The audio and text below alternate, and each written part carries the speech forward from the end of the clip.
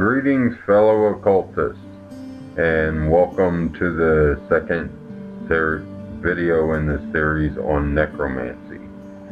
In the first video, we discussed what necromancy is, what it isn't, and how it got such a bad rap through the ages.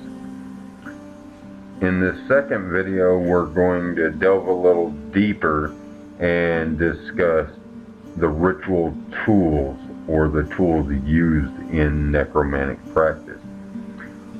There are many of the tools that we use that many of you magical practitioners and occultists out there will be very familiar with, like your chalice, athame, and so forth. But there are tools that are almost exclusive to the practice of necromancy, like blood, the skull, the pit, and there are a few others as well that are almost exclusive to this practice. And of course, those are the ones I'm going to spend a little more time explaining and go into a little greater detail than your typical tools that are found on pretty much every pagan's altar.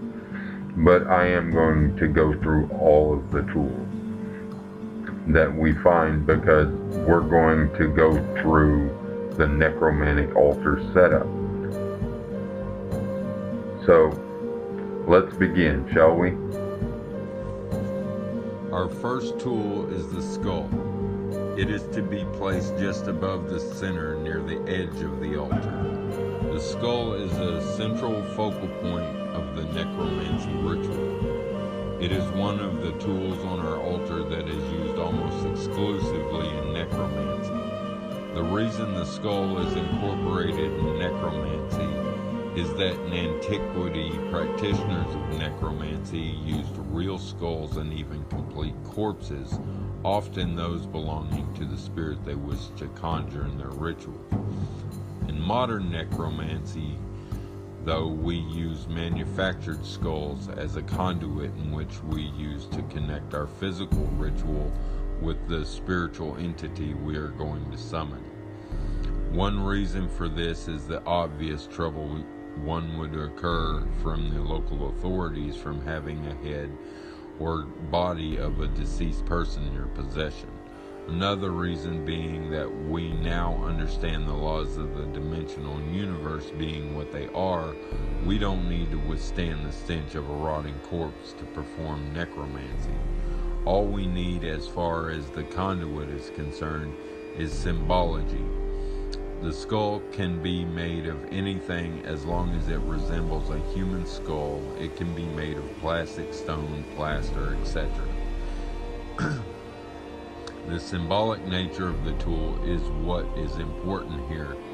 It is representative of the element of earth on our altar, as well as another representative of feminine energies like Mother Earth, and is corresponding to death, change, in the physical world.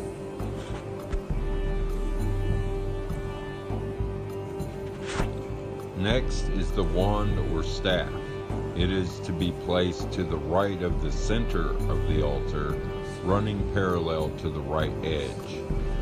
This tool is used in drawing the physical circle on the ground, as well as being the ritual scepter. It can be anything from a simple stick or wooden staff to something envisioned to be worthy of Arthurian royalty. It is yet another representative of masculine energies and the element of air on the ritual altar. The wand or staff is corresponding to mental activity, psychic awareness, and the astral plane. The next tool to be placed on the ritual altar is the athame. This tool, along with the chalice, wand, skull, black mirrors, spirit board, and pendulum, should be washed in boiled mugwort prior to any ritual. Athame is the name given to the dagger used in a ritual. It is to be placed just below the center of the altar, running parallel to the bottom edge. The athame is traditionally a silver or steel two-sided blade with either a black or bone handle. In many traditions, the practitioner adorns the blade with sigils specific to their workings, their path, a patron deity, or their magical identity. In necromancy, these could include symbols relating to the underworld, deities of their chosen pantheon, sigils used in spiritual communication, or symbols of death or transformation. The athame is a magical weapon used to cut a circle within your astral temple or perform symbolic acts, but never to actually cut or harm. It is also representative of the male or god aspect in performing the symbolic great rite. The athame also represents the element of fire on your ritual altar and corresponding to passion and devotion. Now we come to the chalice. It should be placed to the left of the center of your altar, approximately halfway between the center and the left edge. The chalice can be anything from a simple cup or wine glass to an elaborate chalice adorned with gems and sacred images. I personally prefer something with a death motif, a skull perhaps. The only requirement is that it have the ability to hold liquid without leaking all over your altar. It is representative of the female or goddess aspect, as well as being used for communion. It is also representative of the element of water on the ritual altar and is corresponding to emotional energy and spirituality. The next tool, and a very important one to be placed on your altar, are the idols. They are to be placed on either side of the skull, the god idol to the right, just above the wand or staff, and the goddess idol to the left, just above the chalice. These idols are the physical representations of the deities invoked in your ritual. They can be statues, figurines, or even pictures of the chosen deities, or even your ancestors if you are practicing ancestor veneration. They are used as a focal point of imagery when invoking the perspective energies and when assuming the god form. The next tool to be placed on the altar are the salt and water bowls. They are to be placed bottom center of your altar, just below the athame. The salt is the earth, and the water is, of course, water. These will be mixed to create the holy water for cleansing your ritual space before casting your circle. Now come the incense. They should be placed to the right of the wand or staff.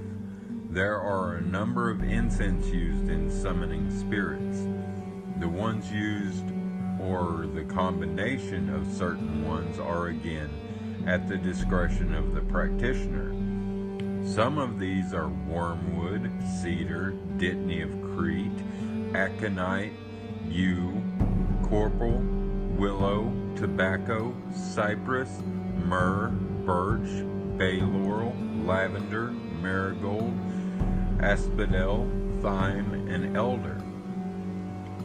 Incense are a powerful tool to the practitioner of necromancy, as the scent of the smoke is very soothing and attractive to spirits and reaches them very easily when the dimensional veil is lifted by the presence of death essence.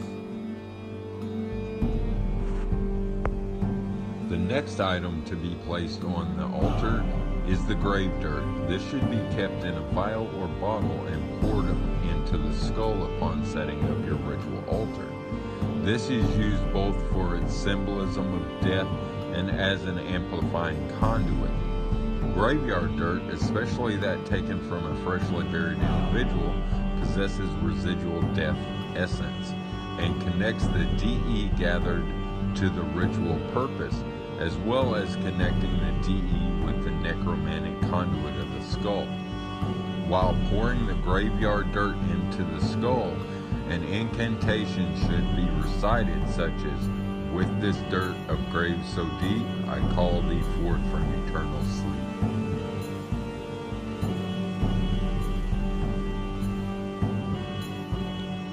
The next tool is the talisman. This should be placed on the center of the altar between the skull and the athame. The talisman can be any object containing an inscription of imagery or sigil symbolic of necromancy or communication with spirits.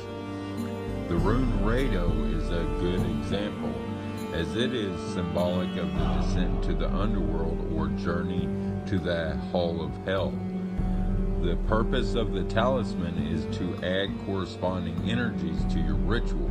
Symbolism is a strong conduit for drawing energies associated with any magical working into the ritual being performed.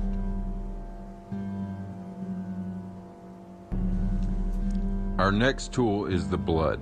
This should be placed on the altar next to the grave dirt. And just like the grave dirt, the blood should be kept in a vial or bottle and poured onto the skull, but this is done after the skull is placed in the pit along with the tethers. The blood is also symbolic, therefore the origin is not important.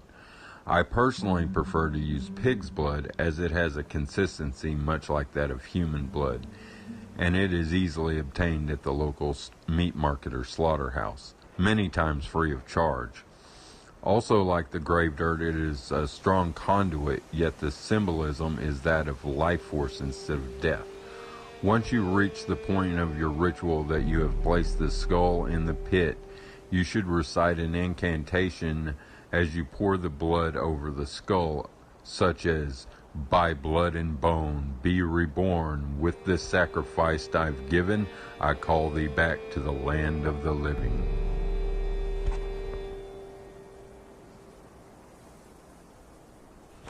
The next item to be placed on the altar are tethers.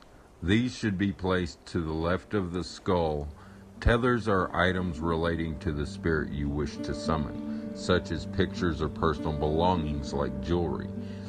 Even items such as hair, fingernail clippings, and teeth are very strong tethers. These items, especially if they were important to the individual in life, still have strong residual connections to the spirit. And this connection is exactly the reason their use has been incorporated into spirit summoning and necromantic work.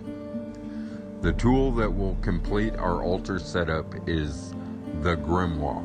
This is to be placed between the chalice and the left edge of your ritual altar. The grimoire, or Book of Shadows, is the practitioner's book or personal journal that they have compiled the information, spells, and rituals relating to their path and practice. It garnered the name Book of Shadows during the Dark Ages, in which pagans were forced to practice in secret or in the shadows for fear of death. Although some practitioners, myself included, may have gathered such a wealth of information that their grimoire cannot be contained in a single volume. In this case, you may choose to have only the script for the ritual you are performing in this place on your altar. Now that our altar setup is complete, let us note that there are a few other tools incorporated in a necromancy ritual, aside from those found on our main altar. The fact that they are not placed on the altar does not mean that they are of any less importance. Each tool has its place and its purpose, and is of equal importance. If only one were missing, then the ritual, although still functioning and effective, would be incomplete and found lacking. In the same way, your body could function without your right eye, though not as well as if your body were whole. Therefore, each tool should be included if at all possible. The first of our secondary tools is the pit. This should be roughly the size of a fire pit if you were camping. It should be dug approximately 2 feet from the backside or top of your altar. The pit is the place in which you will perform your summoning of the spirit on the physical plane. After connecting with the spirit within the holy sphere and calling them to your astral temple, you will then shift your consciousness back to the physical and place the skull along with the tethers in your pit and pour the blood over the skull and summon the spirit into your ritual circle for communion and communication. This makes the pit one of the cornerstones of your ritual and therefore is of the utmost importance. The second is the ritual robe, and this should be adorned upon rising from your ritual bath and worn throughout the ritual unless otherwise specified. It should be made of plain black silk, although you may have an insignia relating to your path or magical identity on it if you prefer. It should be worn loose enough for you to move freely without restriction. In addition, no undergarments should be worn. Nothing should be between you and your ritual robe. The third and final of these is the divinary tool. This can be a black mirror, Ouija or spirit board, a pendulum, or any other device used in spiritual communication. One might also choose to incorporate a combination of these. For example, one might choose to use both a black mirror for visual and either a spirit board or pendulum for communication. The preference is up to the practitioner. It is also at the discretion of the practitioner whether to set up a secondary altar for this purpose or to simply use the ground or floor. Well, that concludes our lesson on the tools used in necromancy, and our altar setup is complete. It should look something like this.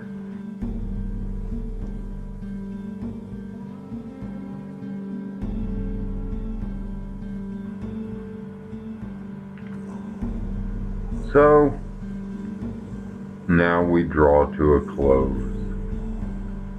As always, I hope you have gained some knowledge and enlightenment, and until we meet next time, I'm Gangrel.